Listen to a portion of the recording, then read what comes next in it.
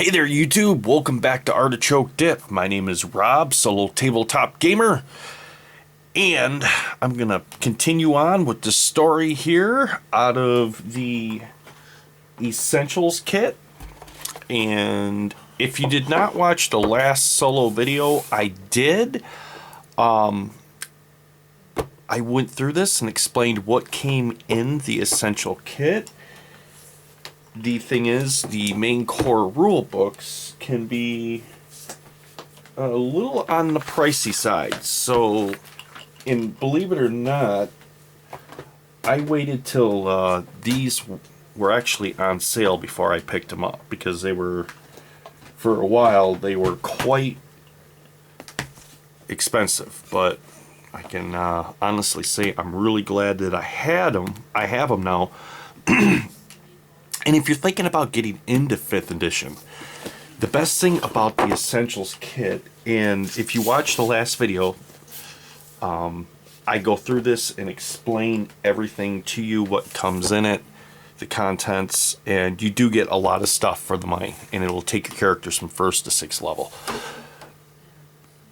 Sorry about that, bumped the camera there. But the cool thing about this is it's very simple to read and pick up and learn the system.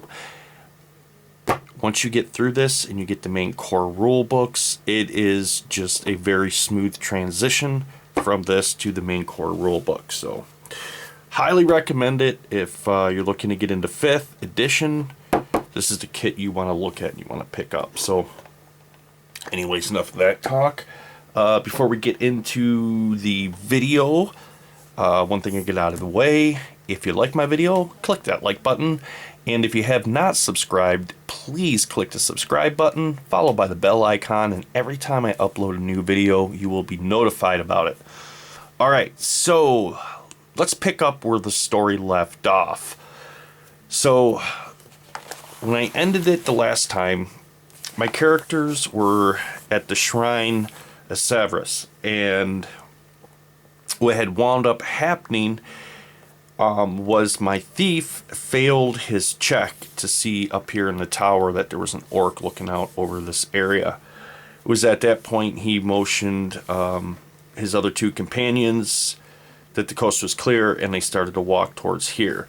The orc at that point alarmed the rest of the orcs, and the double doors opened up as they were entering this main area, and they were overrun. My cleric was reduced to 1 hit point. My, as a matter of fact, let me take a look here. My rogue went from 15 hit points down to 6. Pretty badly wounded. The cleric is at 1, so he's got 1 hit point out of 16. And my fighter only has 4 out of 18. So decided it was time to retreat and get the heck out of Dodge, go heal up, and maybe try to find some reinforcements. So it's at that point that they left here and wandered into the darkness, heading back to the village of Fundalen. So let's see how that's gonna go here. So the first thing I want to do is I want to see how much time, because if you remember in the last video, when I went through and I rolled the tables, it was at that point that they were getting heavy rainfall. There was a mudslide. My thief lost his hemp rope. A lot of stuff happened on the way going to the temple, and now they're having to head back through that weather to the town. So let's see how it works out. Okay, not too bad. Took them 1 hour. So what I'm going to do now is see within that hour travel, did they have an encounter? I'm going to roll my 10-sided die here and generate a number. 5, so 50%. So I hope, honestly, there was no encounter. I really do. 63%. So they were safe. They made it back into town. So they arrive in town, and it is at this point well late into the evening, and they're going to go to the Stonehill Inn, and of course at that point find some shelter for the night, get out of the weather, and begin healing. So let's see how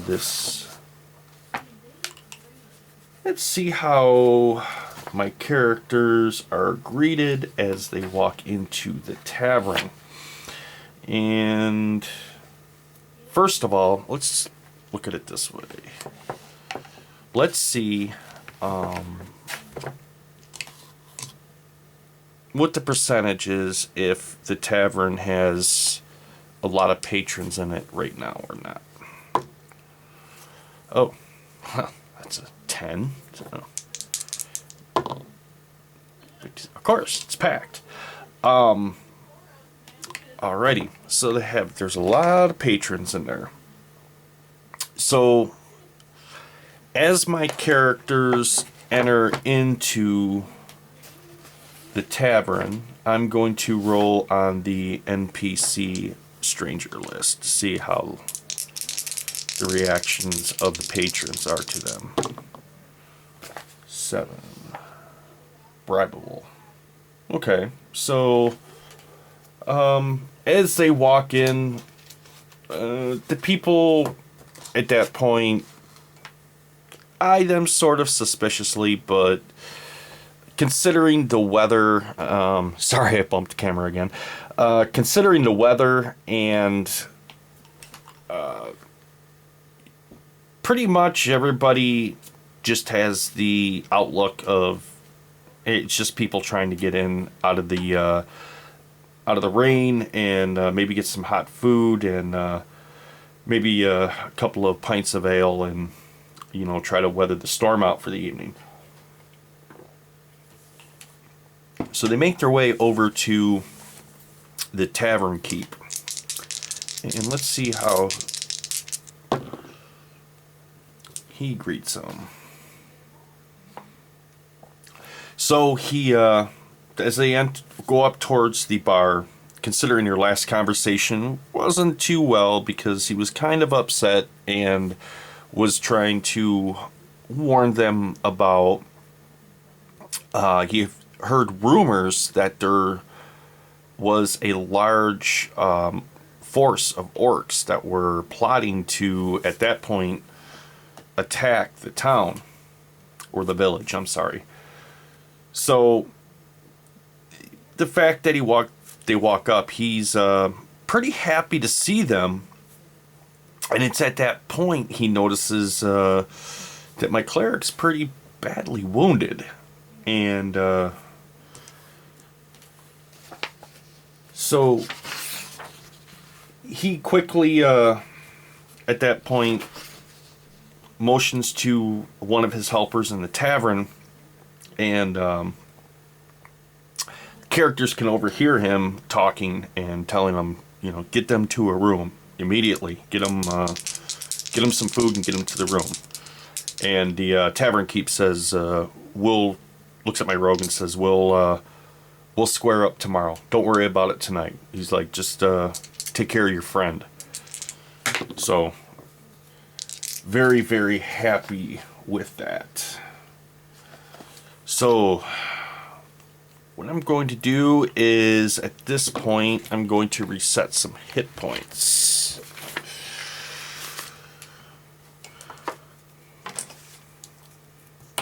Alrighty. So, I'm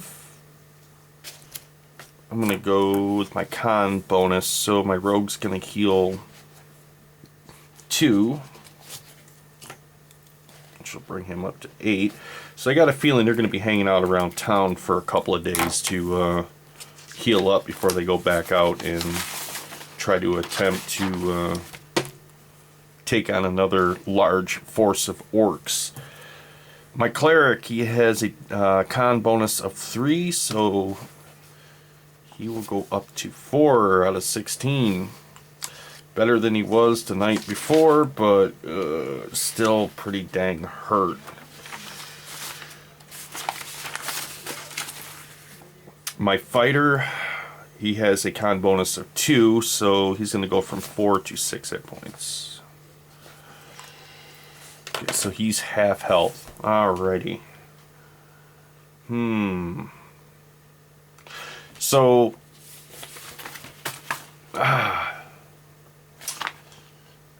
we now go into the next morning, and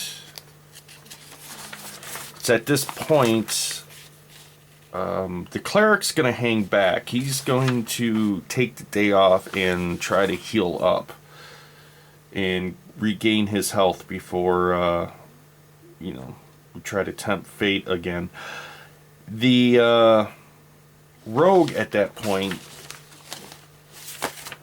his name is Daemonus. He's going to go and square up with the tavern keep. So let's see how the conversation goes there and see if he can figure out any more news that he possibly should know about. Maybe it's getting ready to happen in the village. And we'll see. So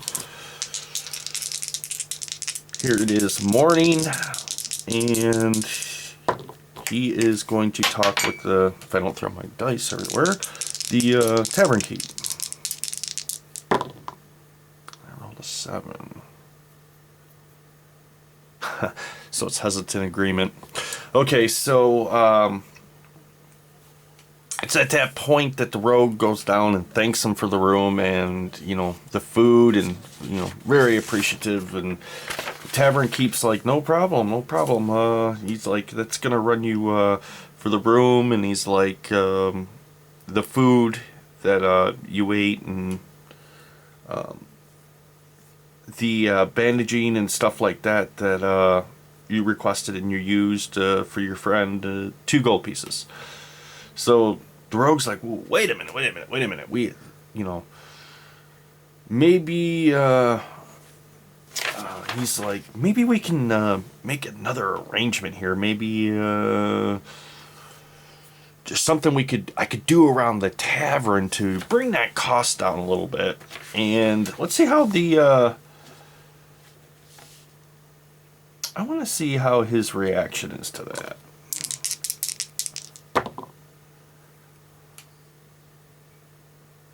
Recent refusal. So the tavern keep says no. First of all, you're a rogue, so he's like, I can, pretty much tell by your demeanor, and yeah, no. As far as having you do any type of legitimate work for me, I don't think that's going to work out, because I'm going to probably be the one that's going to lose in the end. So he's like, 2 gold pieces, so you're going to have to figure something out. I'm going to see if my rogue can use his charisma saving throw and see if he can try to sweet talk him a little bit. So he's got a +2 to his charisma. His proficiency bonus is a 4, so that'll be a 6. So let me see what my DC is going to be using their conversion table. 10. So 17. So let's see if you're not familiar, it's really cool how they set this up. I guess I should explain how I'm doing this. And of course, out of the Essentials book, they give you some examples for difficulty modifiers, and they range from easy for 5, moderate, 10, hard, 15, to then like extremely hard, a 20.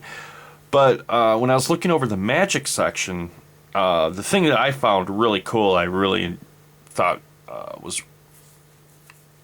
I have to say I really like it, was the fact that with the magic you use 8 plus your level, and you add up your ability bonus and your proficiency bonus, and you add those together, and it's a difficulty class. So that's how I came up with this difficulty class, if you're wondering where that number came from. So I added 8 to my 2 for my charisma, which is going to be a 10, plus another 4 will be a 14.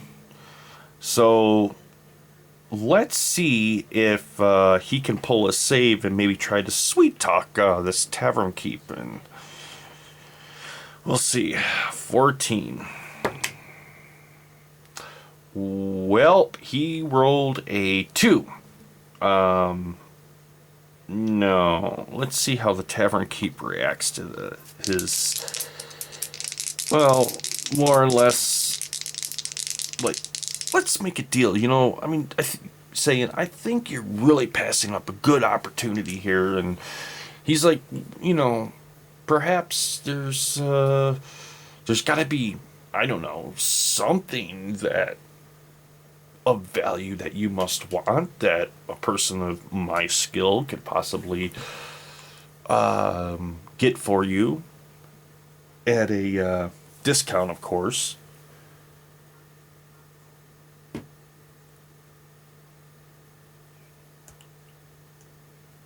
So let's see how the tavern keep reacts to this.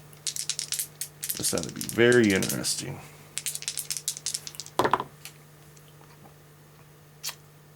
Five. Oh, very surprising.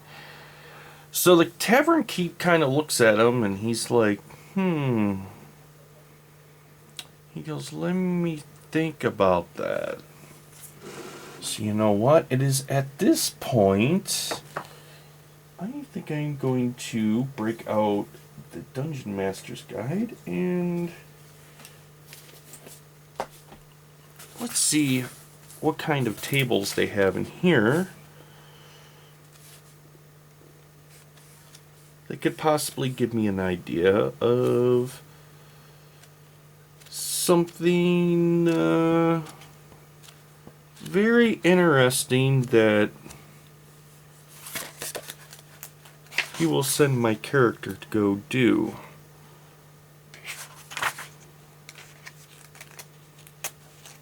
Oh wow. So I've been pretty busy this week. I really haven't had a chance to take a good look at these. So, you know, pardon me if I'm flipping through pages and I stop and I'm like looking. That is really cool art, though.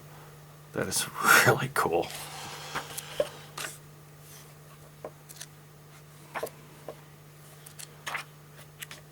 Let's see what they have.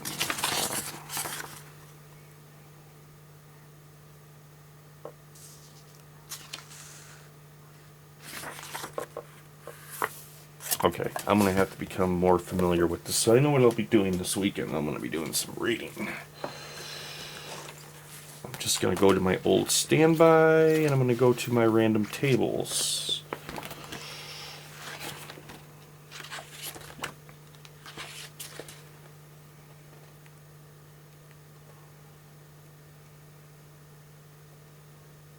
Items in a warehouse. Let's see, that would be rather interesting, wouldn't it now?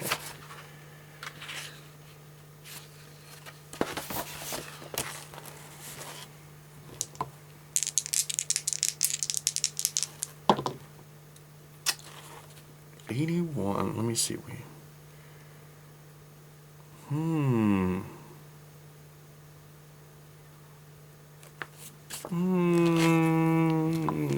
Not too happy with that one. Let me re-roll. Let's see what I get now.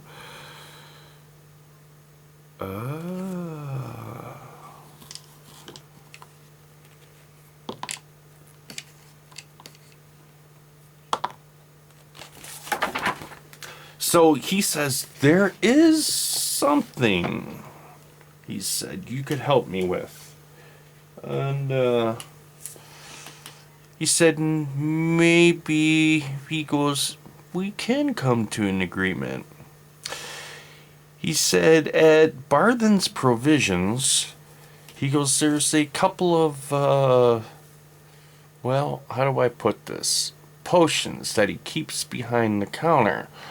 He goes, a couple of potions that, well, I lost. He goes, I'm very, very, how do I put this? Very ashamed to admit this, but he said, I lost it in a card game.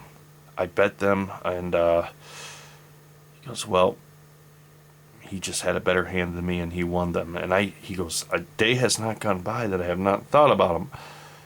And he said they're very, very powerful healing potion.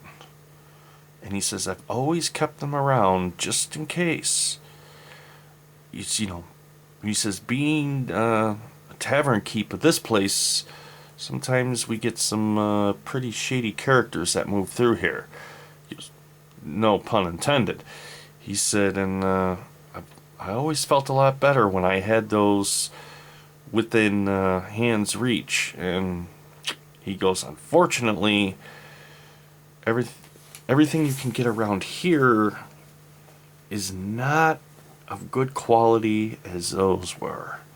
He said, I can still remember that wandering wizard that came through. He sold them to me for very reasonable price, plus a week of lodgings and food. But it was worth it. He said, so, if you can get those for me, I would be very, very grateful. And he said, maybe we could work something out to where there would be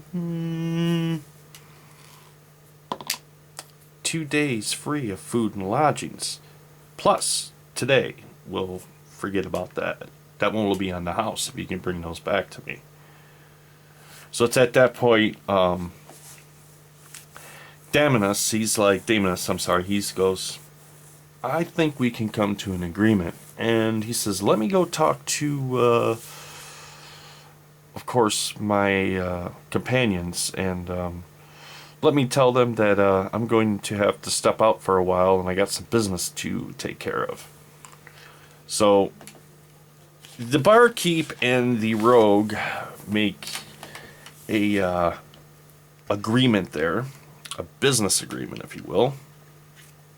And Damus the rogue returns back to the room. The cleric at this point is healing from her wounds, and she is, fast asleep. And the Awas, my fighter, is sitting there sharpening his battle axe, and as the rogue walks into the room, he looks up from his battle axe and he says, so did you take care of the bill? And oh boy, this is going to be interesting. I'm going to have another swig of Monster for this.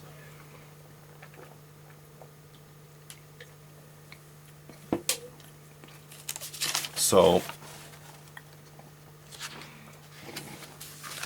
I'm going to use the Oracle for this, because the rogue's going to say, well, yeah, I did, but he said, I got a little job, something I got to take care of today. And he says, I'm going to require your assistance to be able to take care of this. He says, so, maybe we could leave now? Let's see how the fighter reacts to this. So I'm going to roll on the Oracle, and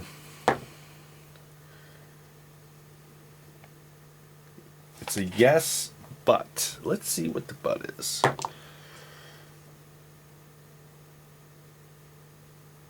Okay. He says, sure, I'll give you a hand. He says, just so long as it does not involve anything illegal to compromise, he said, our purpose that we're here, and possibly get us chased out of town. He says, you catch my drift? Because if not, he said, me and you are going to have a disagreement. And he says, I got a feeling I'm going to be the one that's going to win. You're going to see things my way.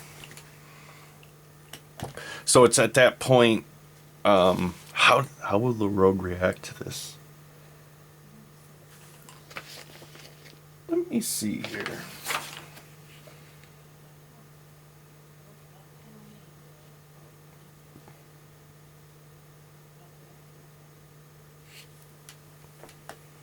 I'm just going to roll to see. Give me an idea here. Okay, so it comes up reason refusal.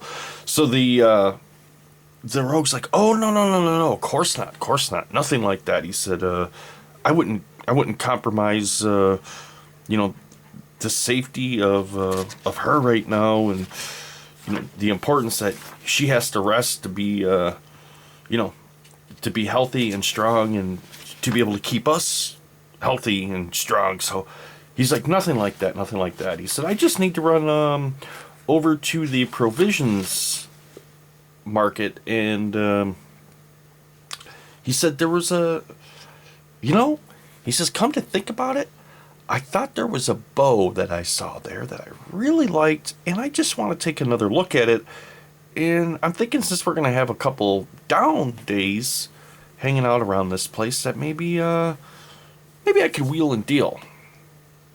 So I want to see how my fighter's going to react to this. I want to see how he reacts.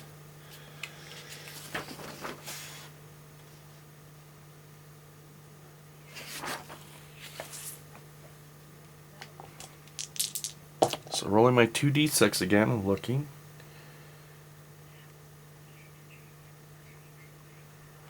So the fighter, as he's sharpening his axe, he goes, He said, purchasing a bow. He said, but we're on limited money as is, and right now we have to be able to purchase our lodgings and our food. I don't think we have enough money at this point to be, how do I put it, wasting it on weapons. And he says, coming from me, that means a lot, because if there's anybody that likes weapons, I like weapons. So how is the rogue going to get himself out of this? I think it's at this point I'm going to do a charisma. And using the same one, a 14, I'm going to see if the rogue can schmooze him and maybe get him to see things his way. Oh, yeah. So the rogue says, I thought I saw a really, really good high quality battle axe there that was really cheap. I forgot to tell you about it the last time we were there, because we were so busy, looking at other things that we needed. And I thought it was out of place, because normally we go to we went to the Lion Shield Coster to buy weapons and armor, but I thought it was out of place, but I thought it was really cheap and it looked really good value. So the fighter, let me see how he's going to react to this. Let me see, I'm going to roll a save for him on wisdom. And it's going to be the same. He's going to have to roll a 14 or higher to save on that. Okay, so he does. He saves. Let me see how his reaction is.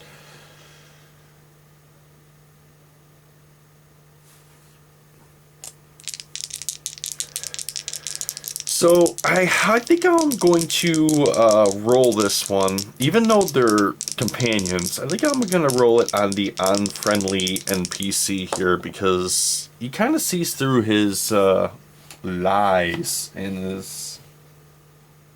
Okay.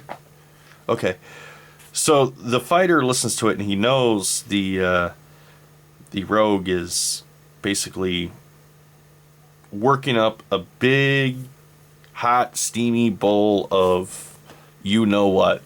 And he's like, okay. Okay. He goes, axe, you say? He goes, I don't remember seeing any axe there. And he said, and if there was an axe, I would see it. He goes, all right. Deal. Let's go over there. He says, but if there's not an axe, he said, it's going to be at that point, you're going to square up with me on my terms. And you may not like them. So let's see how the rogue, how he's going to pull this off. I want to see if he maintains his charisma. Or if he's going to choke up on this one. Oh, well, 13 for heat plus his bonus. Okay, so he's able to compose himself, and he's like, oh, no. He's like, you know, I could never, ever lie to a friend. I could never do that. So he said, absolutely. He goes, I thought I saw an axe there. He goes, you know, pretty good price, and while we're there, I could price out that bow. So it's at that point that both the fighter and let me move this map down so you can see it a little bit better to where we are.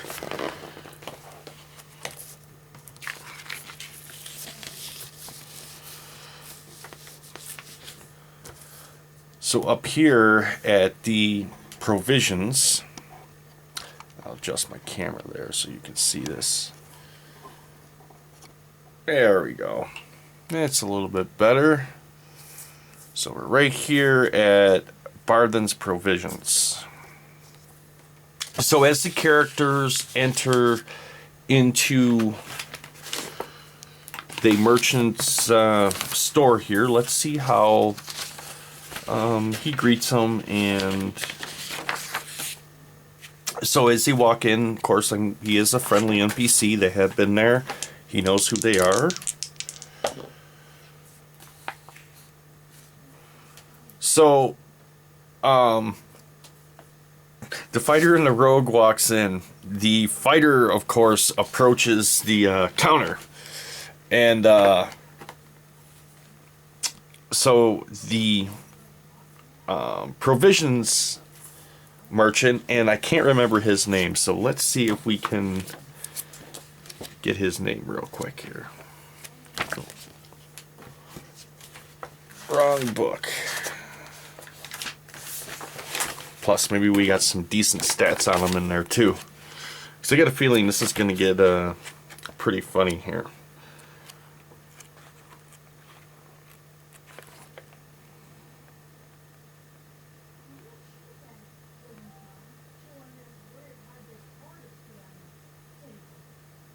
Barthen, but I don't. Okay, he doesn't have any stats that I can see. Let's look towards the back of the book.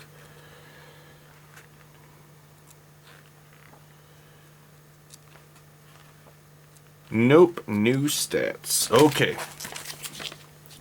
So, as they walk in, you know, Barthen's like, oh, he's like, good morning, Master Dwarves. He's like, it's been a lovely morning today we're having. He goes, can I help you find anything? So before the rogue can even get a chance to speak, the fighter walks up to the counter and says, absolutely. He says, my companion here says that you have a axe of high quality that he overlooked. I overlooked the last time I was here. And he says, I would like to possibly take a really good look at this axe. Let me see how he reacts to this. So the first question I'm going to go to is go to the Oracle, and I want to see how he answers this. So the question's unknown. So first thing is, does he actually have an axe? He does. So, is it a battle axe or... And I'm going to go back to my oracle. He does have an axe. Is it a battle axe or is it a... like a little... basically utility axe. More like a hatchet. No. So, he actually has a battle axe. Okay. So... He's like, huh. He goes, battle axe. And, at that point, the fighter's, looking over his shoulder back at the rogue, and he's, looking very upset. And maybe his veins are starting to bulge in his neck, like, yeah, I knew this guy was lying to me. And then, to his surprise, he hears him say, oh, yeah, you know what? He said, come to think about it, I do have an axe. He goes, but I don't know if you want it. And the fighter's like, of course I want it. He says, let me take a look at it. He goes, well, okay. He goes, I have to go to the back and grab it. He goes, I'll be right back. He's like, if do me a favor, if anybody comes in here, just tell them I will be right with them. And the fighter says, of course. So my rogue sees his chance. Oh boy, this ought to be interesting.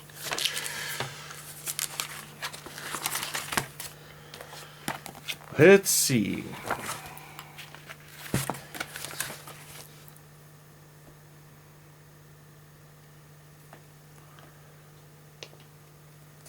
See if I can get a 14 or better. Here, against my charisma. Oh. No, rolled a 1. This ought to be good. So, the rogue starts to make his way behind the counter, thinking everything's going to plan.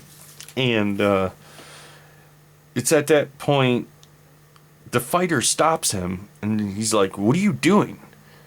And he's trying to, at that point, schmooze him and say, well, with Barthen going back there into the back to find this axe, may I say, it's an excellent axe. I think you're going to be very happy with it. He's like, maybe I should be behind the counter in case a customer comes in. It'll look official. And the fighter's like, no, that's not going to happen. That will not happen at all. So while this is going on, the merchant, Barthen, comes walking back up the front, and he's like, here it is, here's the axe. He goes, I don't know if you'll want this or not. And he sets it on the counter, and when he unwraps the cloth that the axe is wrapped in, he can see it's a very rusted, unmaintained axe. It looks really old. The wood for the handle is all dry rotted and cracked, and it's pretty much an unusable piece of junk. Oh boy.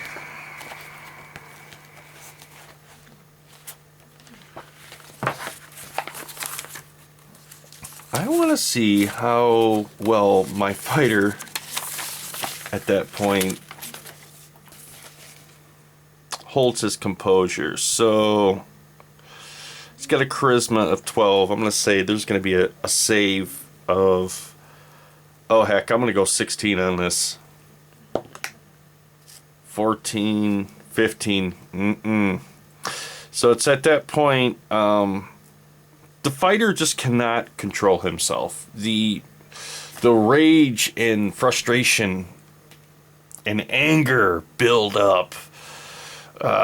And it's at that point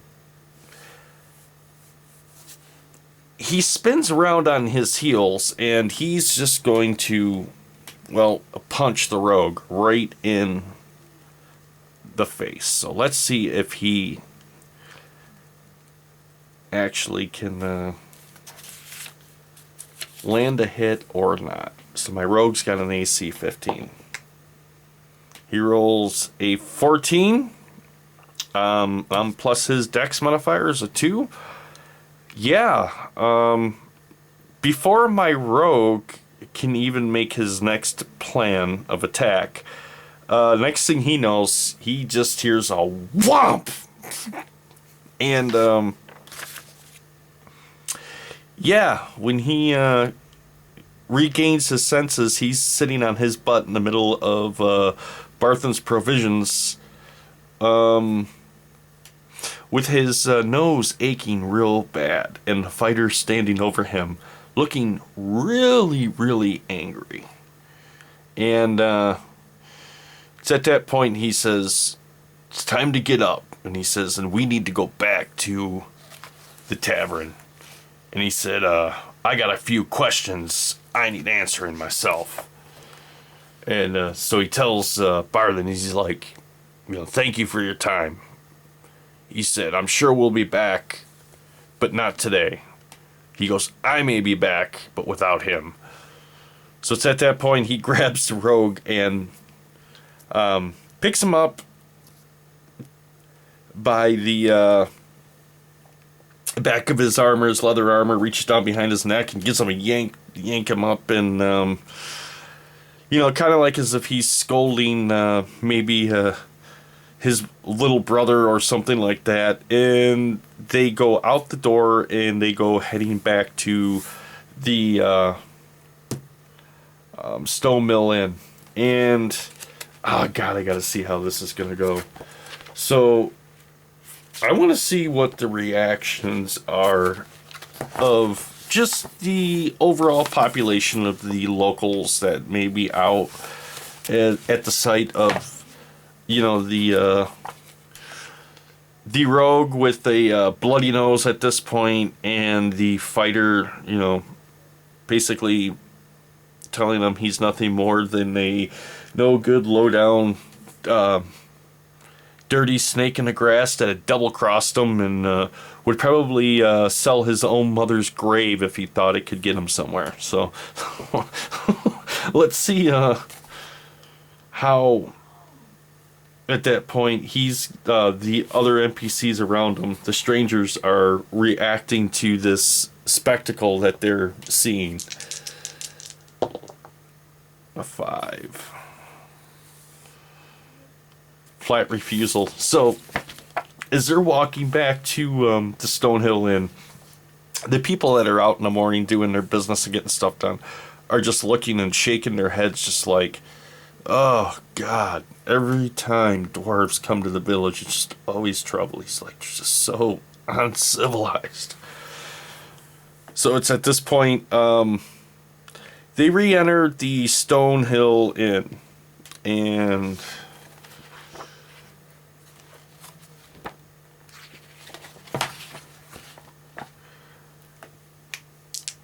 the fighter walks up to the tavern keep. So let me see how he's reacting to him. And he's just like, oh, he's like, good morning, Master Dwarf Fighter. How are you doing? How is everything going? He's like, I hope your friend is healing up and she's doing well. And if there's anything that I could do to help, or anything you need, just please don't hesitate to let me know. And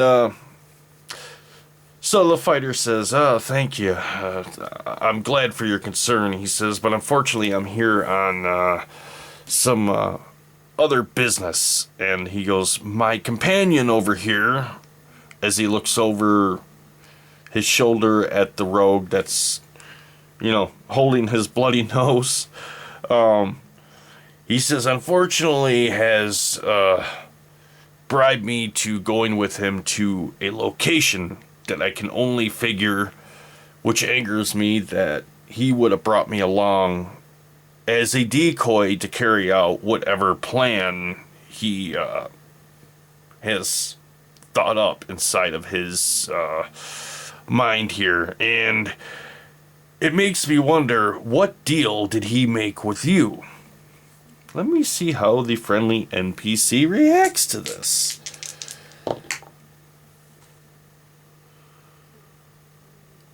Vigorous consent. So the tavern keeps like, oh yes, absolutely, absolutely. He told me, he was very skilled in his craft and that he could get a couple of items that I had lost, and at that point we would trade services. He would get me the items I was seeking, and in turn, free room and board for you guys. So the fighter's like, I see. He goes, so what do we owe you right now? And the tavern keeps like, 2 gold pieces. That's what I told your companion there. So it's at that point the fighter looks back over his shoulder at the rogue, and the veins are starting to pop out on the side of his neck again because, it's bad getting lied to once, but now he's just figured out he's gotten lied to twice today. And, God, let me see how he's going to react to this. This is not going to be good.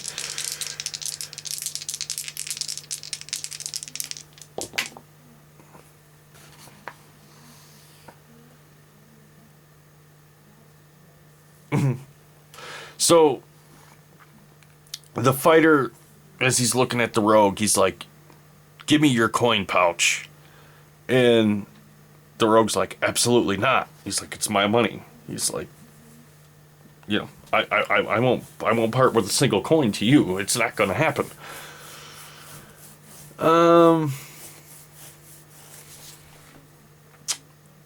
So the fighter, he's going to try an intimidation check to see if he can intimidate the rogue into giving up his coin pouch.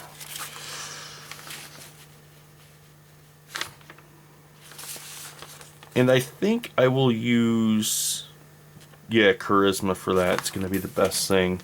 And I'm going to set it at a DC 15. So let me see how that works out. So first I'll roll for the fighter for his, and I'm going to give him advantage because, the rogue's a little unsure of the fighter right now. So, his charisma, 15. Oh, 17 and a 19, so he's going to take the 19. Let me see how the rogue, rolling at a disadvantage, is going to save against his intimidation check, which is, huge. I mean, he's going to have to roll, basically, a 20 to be able to try to bribe or... Wow. I cannot believe it. I can't make this up. Right there. A 20. So it is at that point.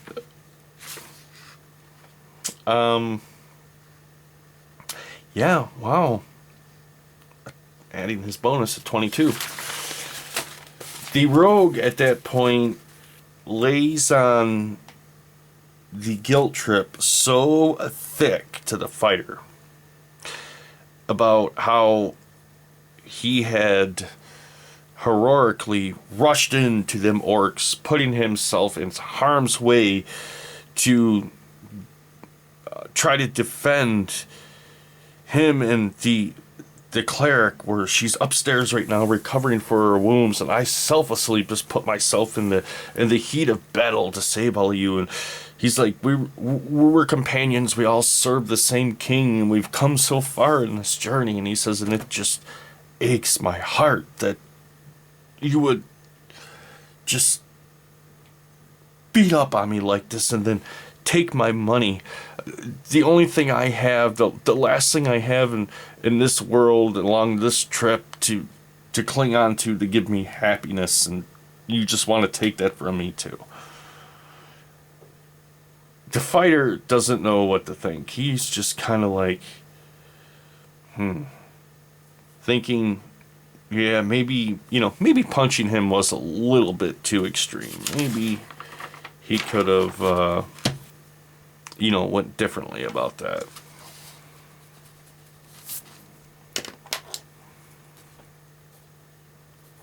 So it's at that point that the fighter, feeling bad about, the decision about what he did, he kind of grumbles to himself, well, you do got a point, and yeah, you're right.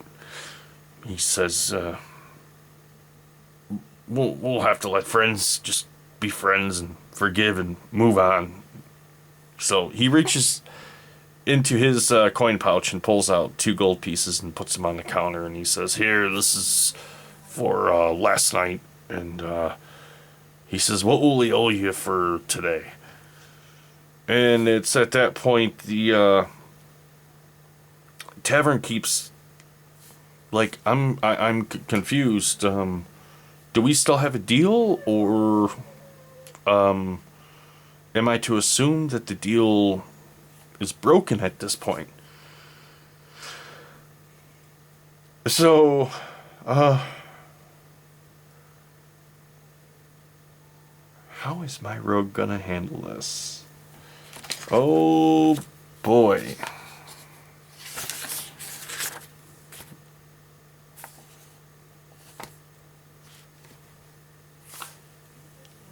I'm gonna see right now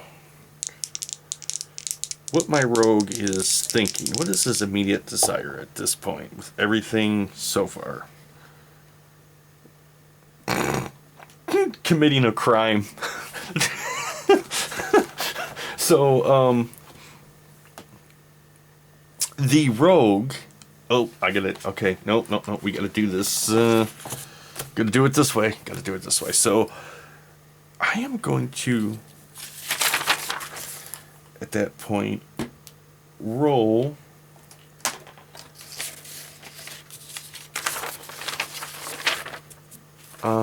for his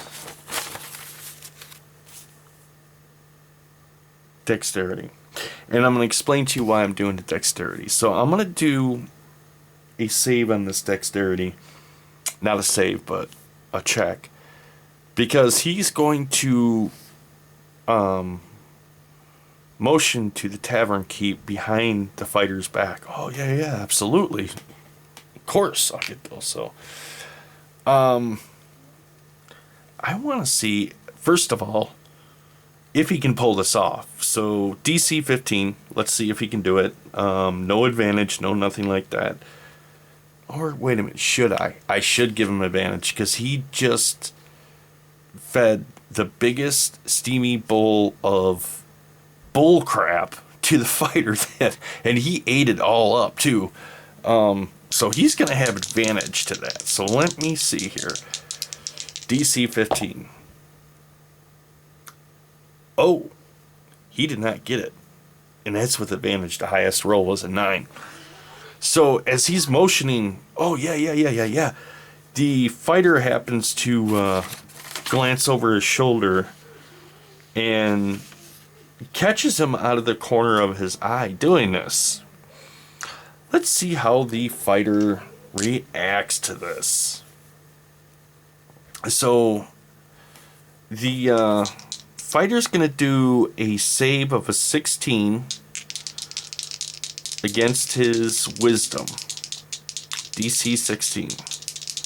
And I'm going to roll for disadvantage on him because he's kind of feeling, like maybe he just went a little hard on his buddy and, got upset and punched him in the nose and, was dragging him down the street of the town, scolding him in front of the public. So let's see how this works. Oh, an 18.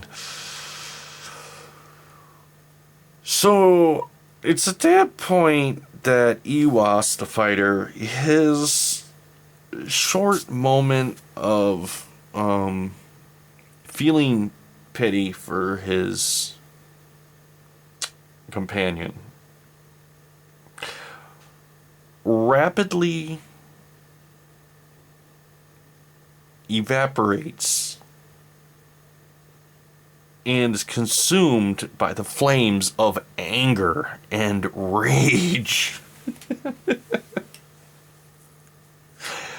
So the fighter at this point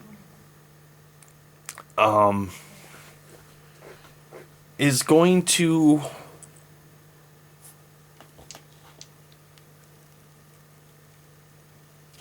punch him. Well, hold on. No, I can't say that. I want him to punch him, but I want to see, with his charisma, what he's going to do. So if he rolls a 15 or better, he's going to punch him. If not, he's just going to remain angry, and he's going to basically at that point drag the rogue back to the room that they're staying in. And he rolls a 2. So he keeps his anger, and it's at that point he tells the tavern keep, "Good day, sir." And he says, "I will be back later to square up for our meals and our room and board today." And as he turns around on his feet, he just snatches the rogue up by his back of his leather armor, and he's like, "Come on." He says, "We need to talk." And it's at that point the rogue's like, "Well, wait a minute. And he's like, I mean, I thought we already had a conversation here. I thought things were going well. And I want to see how the tavern keep is reacting to all of this as they are basically going up the stairs to where the room is, to where the cleric is resting right now. So, what is the friendly NPC's reaction to this? 11. Firm commitment. So it's at that point he's just like, yeah, he's like, let companions be companions, and he's like, thank you very much for your business. Hopefully we'll see you later for maybe dinner, maybe join us for an ale. And as the dwarves disappear upstairs to the room, the tavern keeps just thinking to himself, "Oh man," he's like, "every time dwarves come to this town, he's like, they always bring so much trouble with them." So let's see, moving on from there, how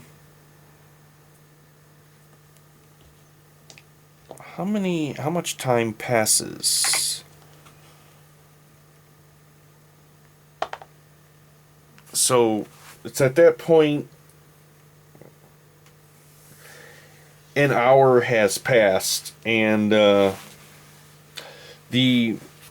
rogue is pretty much settled in to where he knows that the fighter is watching him very closely and is not going to let him at that point get out of his sight and, well, destroy what they have going on here right now, which is a decent place to come back to for food, shelter, and supplies, while they are looking for the king's grandson that is still lost, and the whereabouts of him are unknown, that they're trying to pick up the trail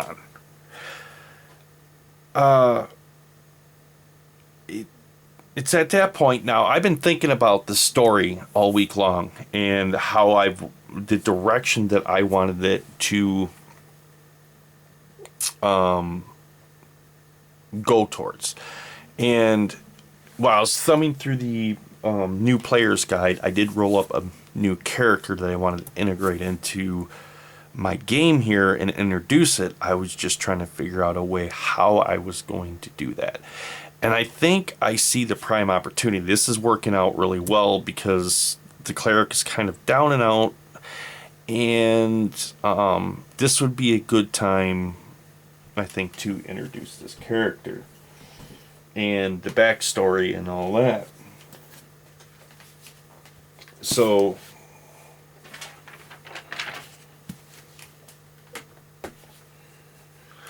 about an hour after they're in the room, settled in, they hear a knock at the door. And as the fighter opens up the door, to his surprise, he sees one of the tavern workers standing at the door, and she says, "Good day, Sir Dwarf." She's like, I was sent here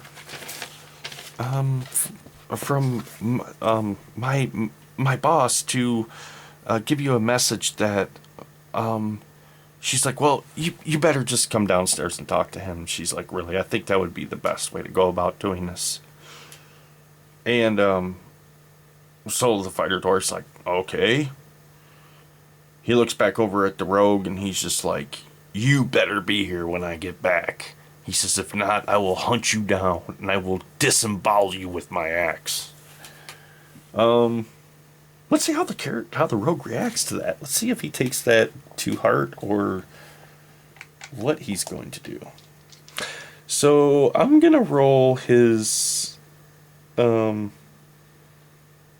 reaction, his charisma save on him, and I'm gonna say DC 15, and I'm just gonna roll one die. I want to see how this works out. A 1. Oh, he failed it miserably. He's not gonna really trifle with the fighter too much. He just pretty much slunks down, and he's just like, "Whatever you say, whatever you say. I'll be here. I'll keep an eye on her. I'll make sure nobody comes into the quarters. Everything will be exactly the way it is as it is now." So, with that, the fighter walks downstairs with the tavern helper there, and when he gets down, the tavern keeper is waiting for him at the bar. I want to see how he greets him here. So as he approaches the bar, he gives him a big mug of ale, and the fighter's kind of looking at him like a little confused because he didn't order the ale. And he said, "That gentleman over there in the corner, he asked for you by name, and he bought this for you and asked for you to join him." He says, "But beyond that, I don't know much more about him." He said, I would be very careful. I've seen his kind before," and he says, "and they're not to be trifled with." So the dwarf, let's see how the dwarf reacts to this. How will my dwarf actually take... Let's do charisma save, and let's see how...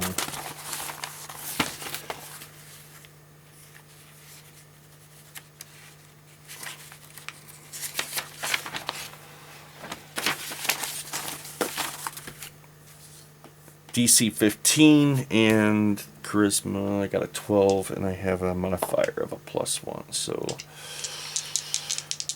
let's see how he reacts to this. Well, he rolls a 17, and so it's +1 to bring him up to 18. So he's pretty confident that he can, whatever, this character wants, he can handle whatever he dishes out. So he grabs the ale, and at that point walks over to the table. And as he's walking over to the table, he notices it's not a dwarf, it's a rather human size, maybe a little larger, and he's wearing a hooded cloak, and he's sitting there drinking an ale, looking down at the table.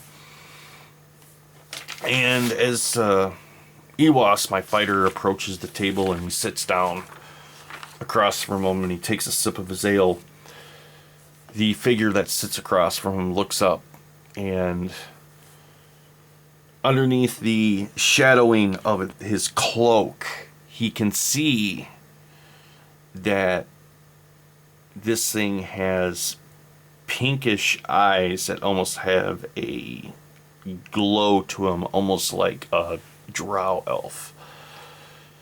It's at that point that the dwarven fighter feels a bit of rage build up into him, to where he recognizes the trait immediately. It's not completely orc, not completely human, but a abomination, a half-breed of both, and he feels some hatred building inside of him as the unknown person sitting across from the fighter. He clears his throat in a deeper than normal type of voice, and he says, "I know what you must be thinking right now." And he said, "If I was in your position, I would be thinking the same thing." He says, "But I'm just going to warn you before you try anything." He said, "Hear me out first." He moves his cloak away from his shoulders, and to the dwarf's surprise, he notices that this half orc is actually wearing the symbol of his house, of Theoden, his king. And he is at this point a little confused and very confused for the fact that he has mixed feelings at this point. He wants to split his skull with his axe, but at the same time he wants to know why he is wearing a silver medallion around his neck with the royal seal on it, and the only way he would get a medallion like that is if the king himself gave it to him. So the first question the dwarf asks is, "Where did you get that medallion? Who gave it to you? Who did you steal it from? Who did you kill?" I'm going to roll his reaction.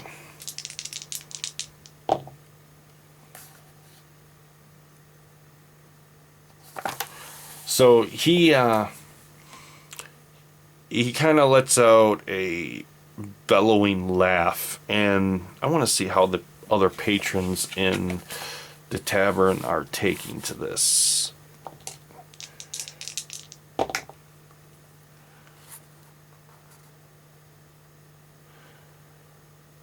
The other patrons in the tavern, considering it's a dwarf fighter and this other shady looking character, they hear it, they notice it, but nobody is ready to start a fight with the likes of them two right now. So everybody just more or less minds their own business and tries to pretend that they're not there.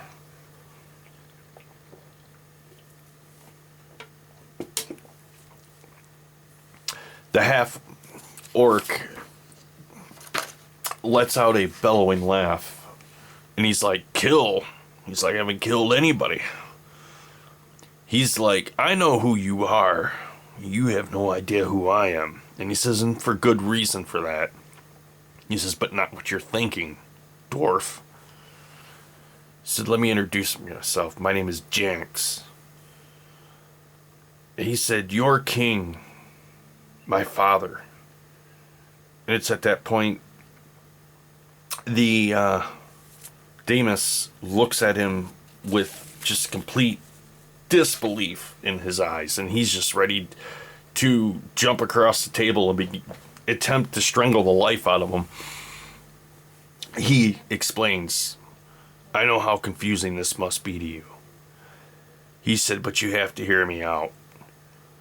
He said, a while ago, a long time ago, he said, after the war between your king and the other house, the wars that rage between your two clans, he said, my mother, who was a human, he said, your king loved her. She was a cleric, and she took care of your king. When he was badly wounded, she nursed him back to health. It was at that point that he felt this urge to pay her back any way he could,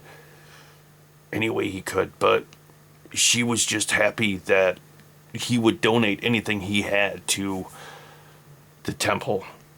And as a result of that, they developed a relationship. Not the kind of relationship you're thinking about, dwarf. He said, more or less like a relationship that siblings would share. He said, and for years, their relationship grew. They became very close friends. Almost family. Well, according to your king, we are family. But what wound up happening is, as she returned back to her home village, the village was overrun by a large force of orcs that burned and decimated and killed and murdered everything in their path.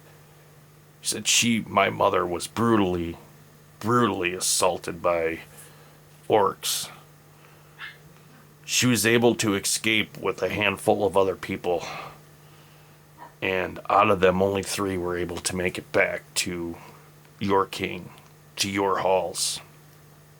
It was there that he finally felt as if it was his time to repay his debt, and took care of her and nursed her. It didn't take long before they figured out she was pregnant, but she couldn't talk about what happened to her. She just, at that point, something had changed with her, and he knew it. And no matter how he tried, no matter how hard his clerics prayed for him, or his magic users would cast spells, it just never, her dismal darkness that she lived in just would not go away. So it wasn't until she gave birth that me coming into this world would ultimately end her life. It was at that time that when I was born, the decision was that I was an outcast and I should be killed immediately, half orc, half human, not meant to this world, too evil to exist in either one of this part of society, whether it be the human or my own orc. They wouldn't accept me. He said, but something happened. And he says, maybe it was because your king saw some of her in me. I'm not sure, but before they could kill me, he halted the clerics from taking me out and killing me. And it was at that point I was raised by the king. And he says, I owe my entire life to him. But I was kept a secret, and I was kept away. He said after the war between him and the old king and the evil ways, and mending some of the relationships that came out of that, particularly to the elves in the northern wilds. It was at that point when I was old enough to be able to talk and wield a weapon that he had sent me off. He saw good in my heart, and he knew I wasn't evil. And when I met the elves, and I met their king in his wise ways, he also agreed that I'm not evil. But he did see qualities about me, something that I've always been able to do, and that is the ability to be able to have conversations almost in my mind with animals, with the ability to be able to, hard to explain, talk to them or be able to befriend them. It was this that they took a great interest in me, and my training began. It began at that point to become, if you will, a man of the wild, knowing the skill of survival and of the wild ways, and to learn of the mysteries of nature and the powers in which it holds. They call it a ranger. After my training was complete, I returned to the king. And it was from there that he would give me the utmost secret and sometimes pretty dangerous, sensitive missions that I would carry out. And I've been kept a secret from the kingdom for a long time. And he says, your king, my father, he said, has sent me. He sent me here to find you and to assist you on your travels for his grandson. And he said, this one's pretty close to my heart as well, because it grieves me to see him upset and saddened that somebody close to him is lost. He said, but I have to admit that I did set up a couple of false leads for you guys to follow to keep you safe, to keep you here. He said, when you guys went to go at that point raid the temple, I couldn't stop you in time. You had eluded me. Pretty surprising, but he said by the time I had reached the temple, I seen you guys retreating and heading back towards town. What you didn't know is you had a small band of orcs, 3 of them following you. They were sent to execute you. I was able to take them down and kill them. And then I'm here. So I hope your other companion, the cleric, she is well. Said, but you're going to have to heal quite quickly, if at all possible, because he said, I have a feeling, and some of the evidence I have collected, and some of the things I have seen in my travels is proving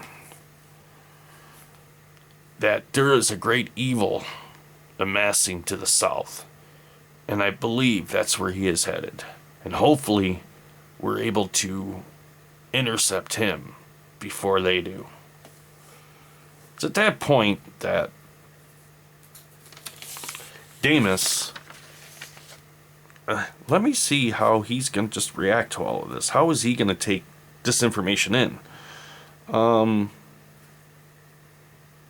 Let's roll a wisdom save. It's going to be a, I'm going to say a DC 12. I'm going to see how this all computes with him, how he is actually taking it.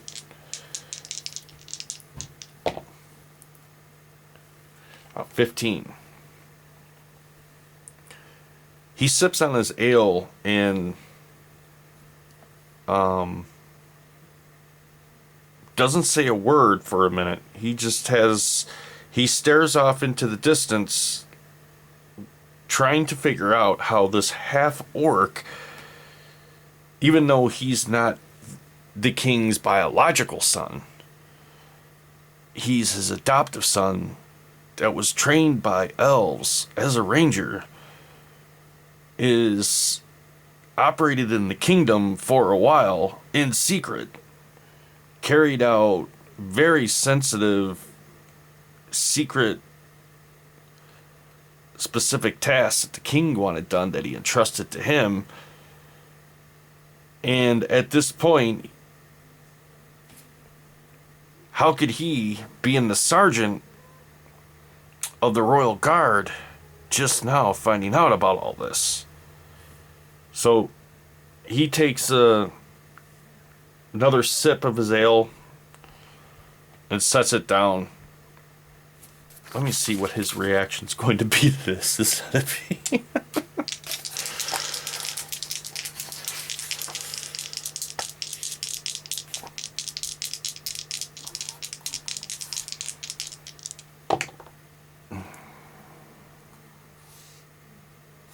Tentative agreement. He says, well, I guess we can get all the help we can use. He says, this has been a weird day. He goes, I think when I get back after this is over with, I'm going to ask to transfer to somewhere else. Maybe I'll go work in the mines. I want to see how my half-orc reacts to this.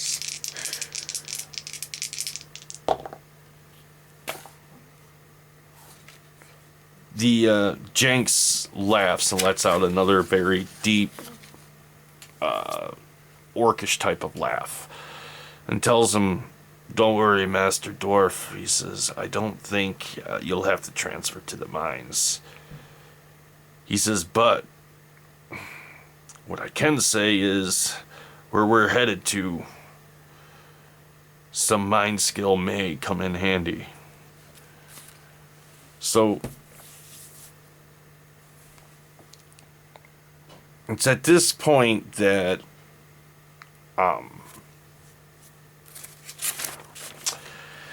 the fighter decides, why should he have all this good news? Maybe it's time to go and at this point introduce him to the other companions and see if the day gets any weirder for them. So they finish their ales and head upstairs towards the room. It's at that point that he gets to the door and he uses a secret knock that he taps on the door so the rogue will know it's him. And as he opens up the door, expecting to see the window open, the cleric sitting there freezing to death, and the bed sheets wrapped up into a rope where he had escaped out the window and is probably running around town trying to steal everything that's not nailed down. As he walks in, let's consult the Oracle. That may have happened. Let's see if that's a yes or no. Is the rogue still in the room?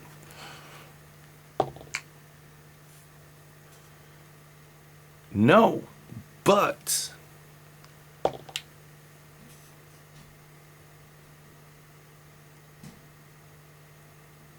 okay.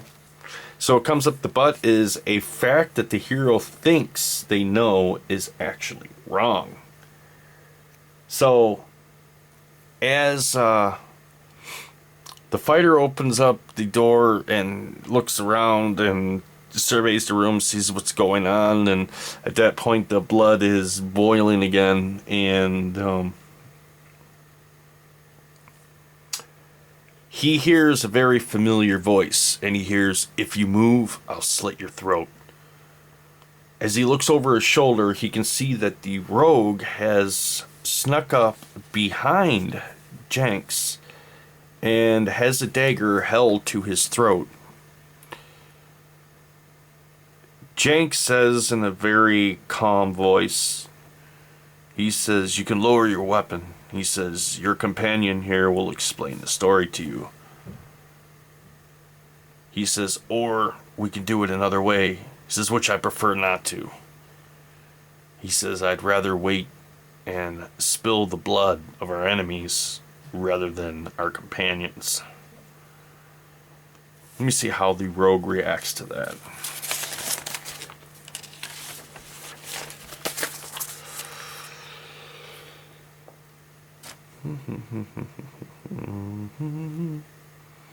I am going to roll for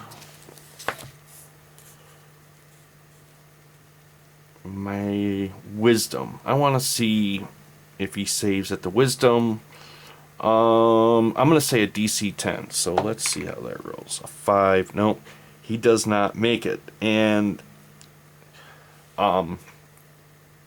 he says he's not, the rogue's like, I know you're lying. He says, "I know you're lying. I can tell." And he says, I should just take this dagger and plunge it right into your throat. Awas, the fighter, before he can even speak up and try to resolve the situation before it gets bloody, they hear a familiar voice. And they hear Alfonte. She has overheard the conversation, even though she's weak and still healing.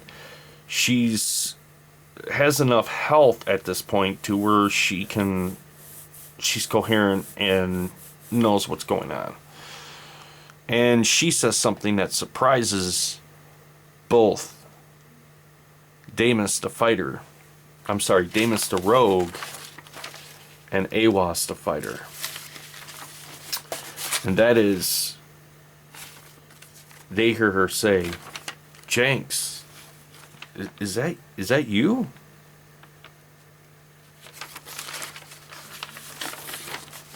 The fighter at this point, I have to roll for this. I know there hasn't been much battle or stuff like that at this point, but it's at a pivotal point when I made the character that I want to add to that story and bring it in. And this is the best part about it. Rolling the random tables to see how everything fits together and the story moves along. So, it's at that point I'm going to see how the fighter is going to react to all of this.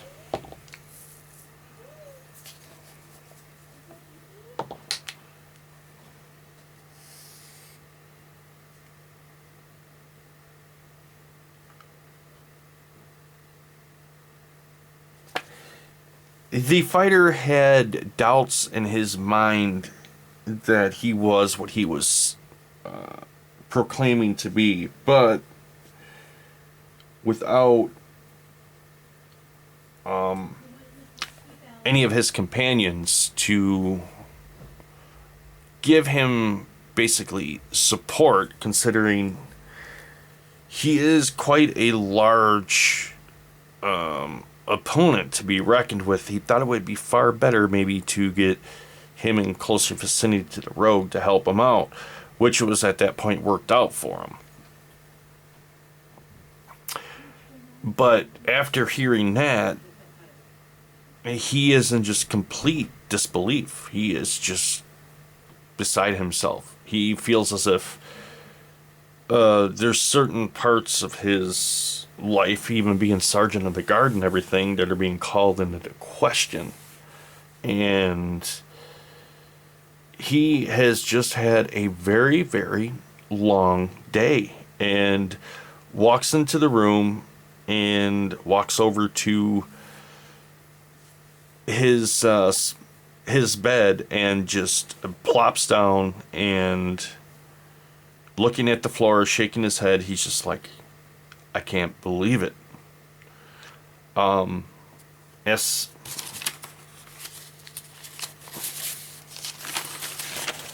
Elfonte sits up in the bed and she's like, Jenks, come in here. Come in here. She's like, I haven't seen you in a while. Are you well? It's at that point that Jenks turns his head towards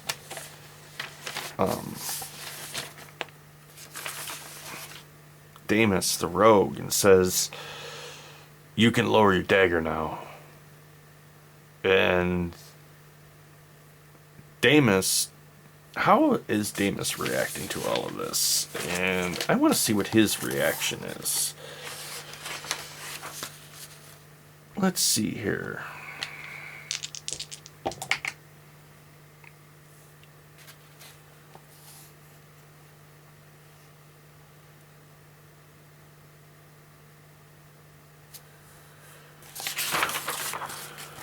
Not quite what I was looking for.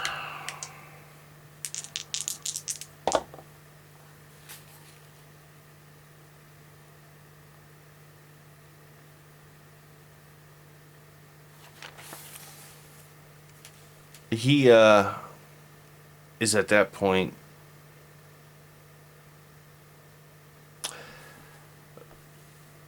dismissing Jenks's request, and he's just like, no, I can't do that. I really can't do that. So now I'm left with a decision here. I think it's going to be at this point, Jenks is going to have to do something to try to get him at arm's length. He's going to just try a basic, like a melee, maybe take the weapon and like a defensive move to be able to get him away from him and get the dagger away from him.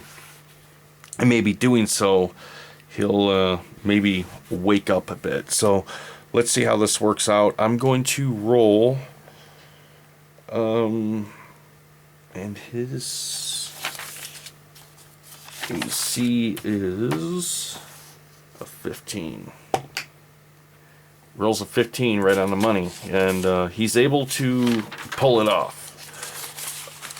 The rogue, of course, will get a saving throw to see if he can counter that, and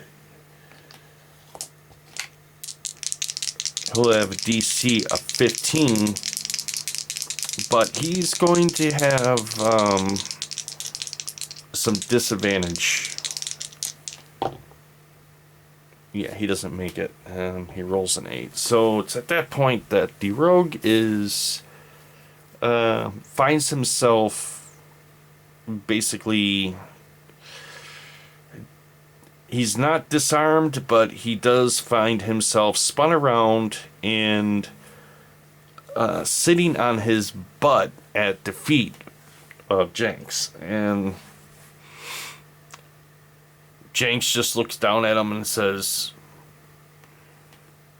you should save that kind of energy for the road, because I got a feeling, Sir Dwarf, you're going to need it before this journey's over. He walks into the room, and Elfonte sits up, and she's very excited to see him. And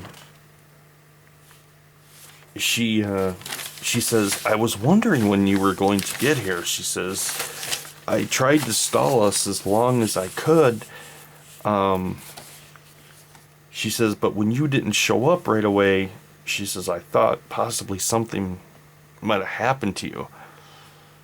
And it was that point Jenks explains to her that he's like, I ran across a town before I got to this one, and I overheard some conversation that sounded like it was for the king's grandson. He's like, and I followed it up, and he's like, it's a good thing I did. He said, to the south of us, there's a large evil growing. It's a place where they gather and carry out their awful, horrible rites to their dark gods. He says, I think he headed that way. All proof points, all of the clues point to it. He said, but I just trying to figure out if, he's like, no, it couldn't be. I don't think he willingly went there to worship. He says, I think he might be with a group,